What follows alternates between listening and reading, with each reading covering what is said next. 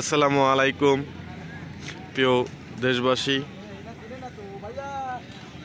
আমাদের লালমনিরহাটে বিশাল বড় তাফসীর হতে যাচ্ছে।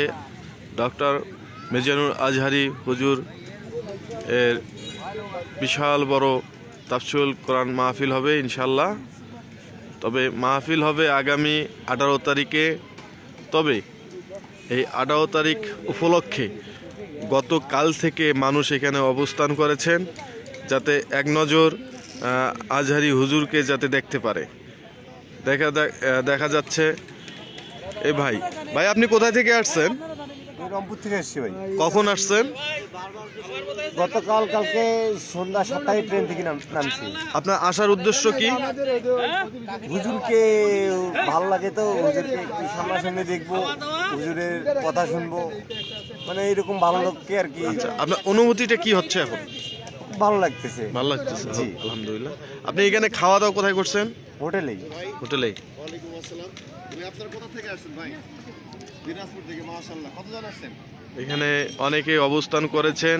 কেউ দিনাজপুর থেকে এসেছেন, কেউ কুড়িগ্রাম থেকে এসেছেন, কেউ হাতিবান্ধা থেকে এসেছেন। অনেক এই আজহারি প্রেমী, দ্বীপ প্রেমী, ইসলাম প্রেমী, কোরআন প্রেমী, রাসূল প্রেমীরা এখানে ওয়াজ মাহফিল হবে 18 তারিখে। তারা 2 দিন আগে অবস্থান করেছেন। তারা এখানে গতরাত অবস্থান করেছে এবং আজকে সারাদিন অবস্থান করবে। এখানে হয়তো কোথাও জুমা নামাজ আদায়ের পর আজকে রাত্রিটা তারা যাপন করবেন এবং আগামীকাল থেকেই ইনশাল্লাহ শুরু হতে যাচ্ছে।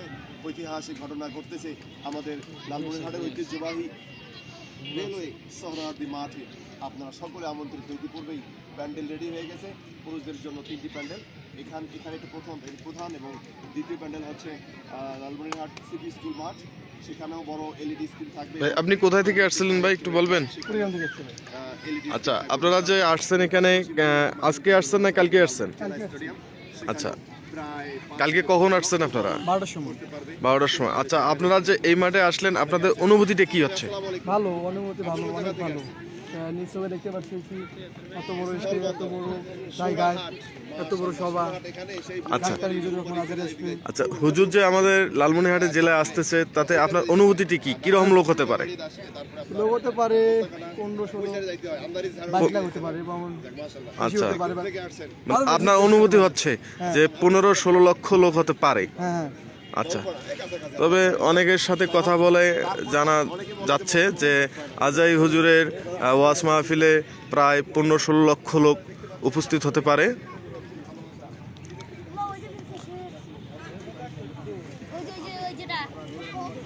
এটা হলো শুক্রবার সকালের দৃশ্য। ধন্যবাদ।